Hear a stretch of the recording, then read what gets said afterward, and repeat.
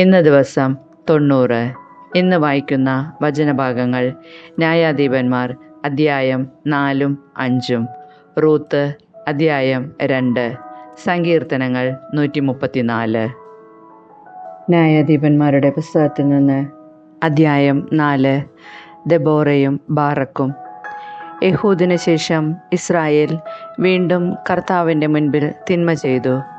കർത്താവ് അവരെ ഹസോർ ഭരിച്ചിരുന്ന കാനാൻ രാജാവായ യയാബീന് വിട്ടുകൊടുത്തു. ഹറോഷത്ത് ഹഗോയിമിൽ വസിച്ചിരുന്ന സിസേറയായിരുന്നു അവൻ്റെ സേനാപതി. അവന് 900 ഇരുമ്പ് രഥങ്ങളുണ്ടായിരുന്നു.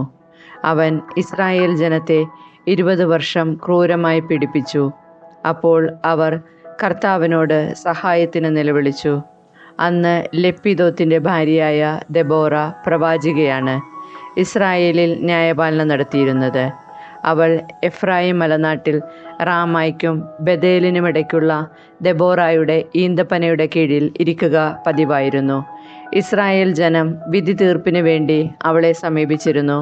അവൾ അബിനോവാമിൻ്റെ മകനായ ബാറക്കിനെ നഫ്താലിയിലെ കേദശിൽ നിന്ന് ആളയച്ചു വരുത്തി പറഞ്ഞു, ഇസ്രായേലിൻ്റെ ദൈവമായ കർത്താവ് നിന്നോട് ആജ്ഞാപിക്കുന്നു, നീ നഫ്താലിയുടെയും സെബുലൂണിൻ്റെയും ഗോത്രങ്ങളിൽ നിന്ന് 10,000 പേരെ താബോർ മലയിൽ അണിനിരത്തുക. രഥങ്ങളോടും സൈന്യങ്ങളോടും കൂടെ യാബീൻ്റെ സേനാപതി സിസേറ കിഷോൻ നദിയുടെ സമീപത്ത് വെച്ച് നിന്നെ എതിർക്കാൻ ഞാൻ ഇടയാക്കും. ഞാൻ അവനെ നിന്റെ കയ്യിൽ ഏൽപ്പിച്ചു തരും. ബാറക്ക് അവളോട് പറഞ്ഞു, നീ എന്നോടുകൂടെ വന്നാൽ ഞാൻ പോകാം, ഇല്ലെങ്കിൽ ഞാൻ പോവുകയില്ല. അപ്പോൾ അവൾ പറഞ്ഞു, ഞാൻ തീർച്ചയായും നിന്നോടുകൂടെ പോരാം. പക്ഷേ നിന്റെ ഈ വഴി നിന്നെ മഹത്വത്തിലെത്തിക്കുകയില്ല. കർത്താവ് സിസേറയെ ഒരു സ്ത്രീയുടെ കയ്യിൽ ഏൽപ്പിക്കും. പിന്നീട് ദെബോറ എഴുന്നേറ്റ് ബാറക്കിനോടുകൂടെ കേദശിലേക്ക് പോയി. ബാറക്ക് സെബുലൂണിനെയും നഫ്താലിയെയും കേദശിൽ വിളിച്ചുകൂട്ടി. 10,000 പടയാളികൾ അവൻ്റെ പിന്നിൽ അണിനിരന്നു. ദെബോറായും അവൻ്റെ കൂടെ പോയി. കേനാനിയായ ഹേബർ മോശയുടെ അമ്മായപ്പനായ ഹോബാബിൻ്റെ വംശജരായ കേന്യരെ വിട്ടുപോന്ന് കേദേശിനടുത്ത് സന്നാനിമിലെ ഓക്കുമരത്തിന് സമീപം പാളയമടിച്ചു. അബിനോവാമിൻ്റെ മകനായ ബാറക്ക് താബോർ മലയിലേക്ക് നീങ്ങിയിരിക്കുന്നുവെന്ന് സിസേറ കേട്ടു. അവൻ തൻ്റെ 900 ഇരുമ്പ് രഥങ്ങളും അതോടൊപ്പം ഹറോഷത്ത് ഹഗോയിം മുതൽ കിഷോൻ നദി വരെയുള്ള പ്രദേശങ്ങളിൽ നിന്ന് തൻ്റെ പക്ഷത്തുള്ള എല്ലാവരെയും ഒന്നിച്ചുകൂട്ടി. ദെബോറ ബാറക്കിനോട് പറഞ്ഞു, മുന്നേറുക, കർത്താവ് സിസേറയെ നിന്റെ കയ്യിലേൽപ്പിക്കുന്ന ദിവസമാണിത്. നിന്നെ നയിക്കുന്നത് കർത്താവല്ലേ. അപ്പോൾ ബാറക്ക് തന്നോട് കൂടെയുള്ള 10,000 പേരോടൊപ്പം താബോർ മലയിൽ നിന്ന് താഴേക്കിറങ്ങി. കർത്താവ് സിസേറയെയും അവൻ്റെ രഥങ്ങളെയും സൈന്യങ്ങളെയും ഒന്നടങ്കം ബാറക്കിൻ്റെ മുൻപിൽ വെച്ച് വാൾമുനയാൽ ചിതറിച്ചു. സിസേറ രഥത്തിൽ നിന്നിറങ്ങി പലായനം ചെയ്തു. ബാറക്ക് രഥങ്ങളെയും സൈന്യങ്ങളെയും ഹറോഷത്ത് ഹഗോയിം വരെ അനുധാവനം ചെയ്തു. സിസേറയുടെ സൈന്യം മുഴുവൻ വാളിനിരയായി, ഒരുവൻ പോലും അവശേഷിച്ചില്ല. സിസേറ കേന്യനായ ഹേബറിൻ്റെ ഭാര്യ ജായേലിൻ്റെ കൂടാരത്തിൽ അഭയം പ്രാപിച്ചു. കാരണം അക്കാലത്ത് ഹസോർ രാജാവായ യയാബിൻ കേന്യനായ ഹേബറിൻ്റെ കുടുംബവുമായി സൗഹൃദത്തിലായിരുന്നു. ജായേൽ സിസേറയെ സ്വീകരിക്കാൻ വന്നു. അവൾ പറഞ്ഞു, ഉള്ളിലേക്ക് വരൂ പ്രഭോ, എന്നോടുകൂടെ അകത്തേക്ക് വരൂ, ഭയപ്പെടേണ്ട. അവൻ അവളുടെ കൂടാരത്തിൽ പ്രവേശിച്ചു. അവൾ അവനെ ഒരു കരിമ്പടം കൊണ്ട് മൂടി. അവൻ അവളോട് പറഞ്ഞു, എനിക്ക് ദാഹിക്കുന്നു, അല്പം വെള്ളം തരിക. അവൾ തോൽക്കുടം തുറന്ന് അവന് കുടിക്കാൻ പാൽ കൊടുത്തു. വീണ്ടും അവനെ പുതപ്പിച്ചു. അവൻ അവളോട് പറഞ്ഞു, കൂടാരത്തിൻ്റെ വാതിൽക്കൽ നിൽക്കുക.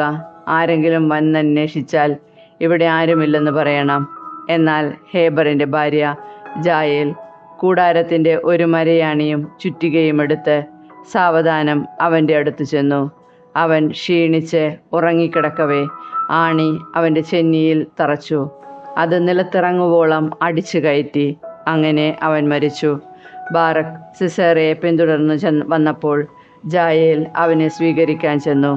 അവൾ അവനോട് പറഞ്ഞു, വരുക, നീ അന്വേഷിക്കുന്ന മനുഷ്യനെ ഞാൻ കാണിച്ചു തരാം. അവൻ അവളുടെ കൂടാരത്തിൽ പ്രവേശിച്ചു. സിസേറ ചെന്നിയിൽ മരയാണി തറച്ച് മരിച്ചു കിടക്കുന്നത് കണ്ടു. അങ്ങനെ ആ ദിവസം കാനാൻ രാജാവായ യയാബീനെ ദൈവം ഇസ്രായേൽ ജനതയ്ക്ക് കീഴ്പ്പെടുത്തി. കാനാൻ രാജാവായ യേയാബീൻ നിശേഷം നശിക്കുന്നതുവരെ ഇസ്രായേൽ ജനം അവനെ മേൽക്കുമേൽ പീഡിപ്പിച്ചുകൊണ്ടിരുന്നു. ന്യായാധിപന്മാരുടെ പുസ്തകത്തിൽ നിന്ന് അധ്യായം 5. ദെബോറായുടെ കീർത്തനം. അന്ന് ദെബോറായും അബിനോവാമിൻ്റെ പുത്രൻ ബാറക്കും ഇങ്ങനെ പാടി: നേതാക്കന്മാർ ഇസ്രായേലിനെ നയിച്ചതും ജനം സന്തോഷത്തോടെ തങ്ങളെ തന്നെ സമർപ്പിച്ചതിനും കർത്താവിനെ വാഴ്ത്തുവേൻ. രാജാക്കന്മാരെ കേൾക്കുവേൻ, പ്രഭുക്കന്മാരെ ശ്രദ്ധിക്കുവേൻ. കർത്താവിന് ഞാൻ കീർത്തനം പാടും. ഇസ്രായേലിൻ്റെ ദൈവമായ കർത്താവിനെ ഞാൻ പാടിപ്പുകഴ്ത്തും. കർത്താവെ, അങ്ങ് സേറിൽ നിന്ന് പുറപ്പെട്ടപ്പോൾ, ഏതോം പ്രദേശത്ത് നിന്ന് മുന്നോട്ട് നീങ്ങിയപ്പോൾ ഭൂമി കുലുങ്ങി. ആകാശമേഘങ്ങൾ ജലം വർഷിച്ചു. പർവ്വതങ്ങൾ കറുത്ത സന്നദ്ധിയിൽ വിറപൂണ്ടു.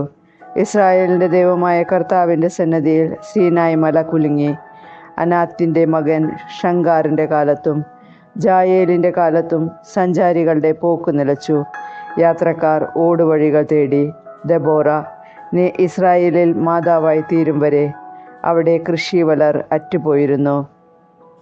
പുതുദേവന്മാരെ പുണർന്നപ്പോൾ യുദ്ധം കവാടങ്ങളിലെത്തി. ഇസ്രായേലിലെ 40,000-ത്തിനിടയിൽ കുന്തമോ പരിചയോ കാണാനുണ്ടായിരുന്നു. എൻ്റെ ഹൃദയം ഇസ്രായേലിലെ സേനാപതികളിലേക്ക് തിരിയുന്നു. അവർ സന്തോഷം തങ്ങളെ തന്നെ ജനങ്ങൾക്ക് വേണ്ടി സമർപ്പിച്ചല്ലോ. കർത്താവിനെ വാഴ്ത്തുവേൻ. ചെങ്കഴുതപ്പുറത്ത് സവാരി ചെയ്യുന്നവരെ, മേൽത്തരം പരവതാനികളിൽ ഇരിക്കുന്നവരെ, പാതകളിൽ നടന്നു നീങ്ങുന്നവരെ, നിങ്ങൾ ഇക്കാര്യം ഉദ്ഘോഷിക്കുവേൻ. തേക്കുപാട്ടോടു ചേർന്ന് അവർ കർത്താവിൻ്റെ വിജയം പ്രഘോഷിക്കുന്നു. ഇസ്രായേലിലെ കൃഷിവലന്മാരുടെ വിജയം. കർത്താവിൻ്റെ ജനം പട്ടണവാതിൽക്കലേക്ക് അണിയണിയായി നീങ്ങി. ഉണരൂ ദെബോറ, ഉണരൂ, ഗാനമാലപിക്കൂ. അബിനോവാമിൻ്റെ മകനായ ബാറക്ക് എഴുന്നേറ്റ് തടവുകാരെ നയിക്കുക. ശ്രേഷ്ഠന്മാരിൽ ശേഷിച്ചവർ താഴേക്ക് അണിയണിയായി നീങ്ങി. കർത്താവിൻ്റെ ജനം ശക്തന്മാർക്കെതിരെ അണിയായി ഇറങ്ങി വന്നു. ബെഞ്ചമിൻ, നിന്നെയും നിന്റെ ബന്ധുക്കളെയും അനുഗമിച്ച് അവർ എഫ്രായിമിൽ നിന്ന് താഴ്വരയിലേക്ക് പുറപ്പെട്ടു. മാക്കീറിൽ നിന്ന് സേനാപതികളും സെബുലൂണിൽ നിന്ന് സൈന്യാധിപൻ്റെ ദണ്ഡ് വഹിച്ചവരും താഴേക്ക് അണിയായി നീങ്ങി. ഇസാക്കറിൻ്റെ പ്രഭുക്കന്മാർ ദെബോറയോട് കൂടെ വന്നു. ഇസാക്കർ ബാറക്കിനോട് വിശ്വസ്തനായിരുന്നു. അവൻ്റെ കാലടികളെ പിന്തുടർന്ന് അവർ താഴ്വരയിലേക്ക് ഇരമ്പിപ്പാഞ്ഞു. റൂബൻ ഭവനങ്ങളിൽ ആഴത്തിൽ ഹൃദയപരിശോധന നടന്നു. ആട്ടിൻപറ്റങ്ങളുടെ ഇടയിൽ അവയ്ക്കുള്ള കുഴൽ വിളി കേൾക്കാൻ നിങ്ങൾ തങ്ങിയതെന്ത്?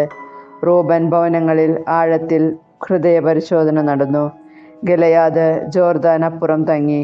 ദാൻ കപ്പലുകളോടൊപ്പം വസിച്ചതെന്തുകൊണ്ട്? ആഷേർ കടൽ തീരത്ത് നിശ്ചലനായിരുന്നു. തുറമുഖങ്ങളിൽ താമസമുറപ്പിച്ചു. സ്വന്തം ജീവനെ മരണത്തിനേൽപ്പിച്ച ജനമാണ് സെബുലൂൺ. യുദ്ധക്കളത്തിൽ നഫ്താലിയും മരണം വരിച്ചു. രാജാക്കന്മാർ വന്ന് യുദ്ധം ചെയ്തു.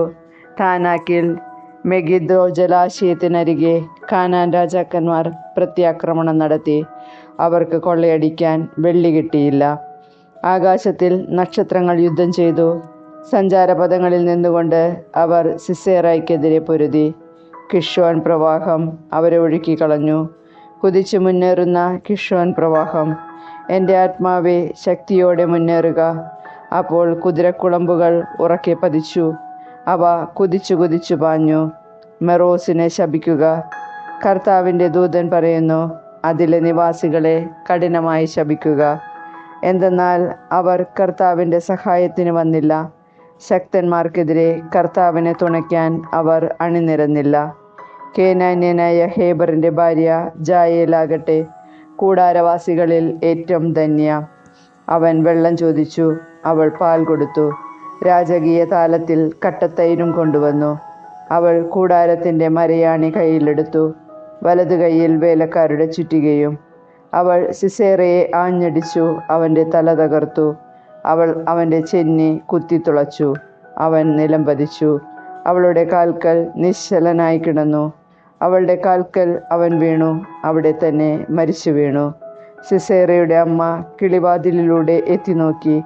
ജാലകത്തിലൂടെ വിളിച്ചു പറഞ്ഞു, അവൻ്റെ രഥം വൈകുന്നത് എന്തുകൊണ്ട്?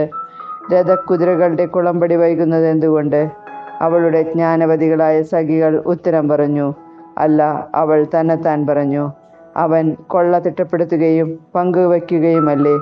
ഓരോരുത്തനും 1-2 കന്യകമാരെ വീതം. സിസേറയ്ക്ക് നിറപ്പകിട്ടാർന്ന ചിത്രപ്പണി ചെയ്ത വസ്ത്രങ്ങൾ, എനിക്ക് തോളിലണിയാൻ നിറപ്പകിട്ടാർന്ന് ചിത്രപ്പണി ചെയ്ത 2 വസ്ത്രങ്ങൾ. കർത്താവേ, നിന്റെ ശത്രുക്കൾ അങ്ങനെ നശിക്കുന്നു. എന്നാൽ നിന്റെ സ്നേഹിതർ ശക്തിയുള്ള ഉദയസൂര്യനെ പോലെയാകട്ടെ. തുടർന്ന് 40 വർഷം രാജ്യത്ത് ശാന്തി നിലനിന്നു. റൂത്ത് അധ്യായം 2. റൂത്ത് ബോവാസിൻ്റെ വയലിൽ. നവോമിയുടെ ഭർത്തൃ കുടുംബത്തിൽ ബോവാസ് എന്നു പേരായ ഒരു ധനികനുണ്ടായിരുന്നു. ഞാൻ പോയി എന്നെ അനുവദിക്കുന്നവരുടെ വയലിൽ കാലാപിറക്കട്ടെ എന്ന് മോവാബ്യയായ റൂത്ത് നവോമിയോട് ചോദിച്ചു. അവൾ പറഞ്ഞു, പൊയ്ക്കൊള്ളുക. റൂത്ത് വയലിൽ ചെന്ന് കൊയ്ത്തുകാരുടെ കൂടെ കാലാപിറുക്കി. എലിമലേക്കിൻ്റെ കുടുംബത്തിൽപ്പെട്ട ബോവാസിൻ്റെ വയലിലാണ് അവൾ എത്തിച്ചേർന്നത്. ബോവാസ് ബത്ലഹേമിൽ നിന്ന് വന്നു. കർത്താവ് നിങ്ങളോടുകൂടെ എന്ന് പറഞ്ഞ് അവൻ കൊയ്ത്തുകാരെ അഭിവാദനം ചെയ്തു. കർത്താവ് അങ്ങയെ അനുഗ്രഹിക്കട്ടെ എന്ന് അവർ പ്രത്യാഭിവാദനം ചെയ്തു. കൊയ്ത്തുകാരുടെ മേൽനോട്ടം വഹിച്ചിരുന്ന ഭൃത്യനോട് ബോവാസ് ചോദിച്ചു, ആരാണ് ഈ യുവതി?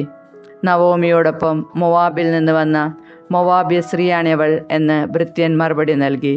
വയലിൽ കാലാപിറുക്കാൻ അനുവദിക്കണമേ എന്ന് അവൾ അപേക്ഷിച്ചു. രാവിലെ മുതൽ ഇതുവരെ വിശ്രമമില്ലാതെ കാലപിറക്കുകയാണ്. അപ്പോൾ ബോവാസ് റൂത്തിനോട് പറഞ്ഞു, മകളെ, കാലപിറുക്കാൻ ഇവിടം വിട്ട് മറ്റു വയലുകളിൽ പോകേണ്ട. എൻ്റെ ദാസിമാരോടുകൂടെ ചേർന്നുകൊള്ളുക. അവർ കൊയ്യുന്നത് എവിടെയെന്ന് നോക്കി അവരെ പിന്തുടരുക. നിന്നെ ശല്യപ്പെടുത്തരുതെന്ന് ഭൃത്യന്മാരോട് ഞാൻ പറഞ്ഞിട്ടുണ്ട്. നിനക്ക് ദാഹിക്കുമ്പോൾ അവർ കോരിവെച്ചിട്ടുള്ള വെള്ളം കുടിക്കാം.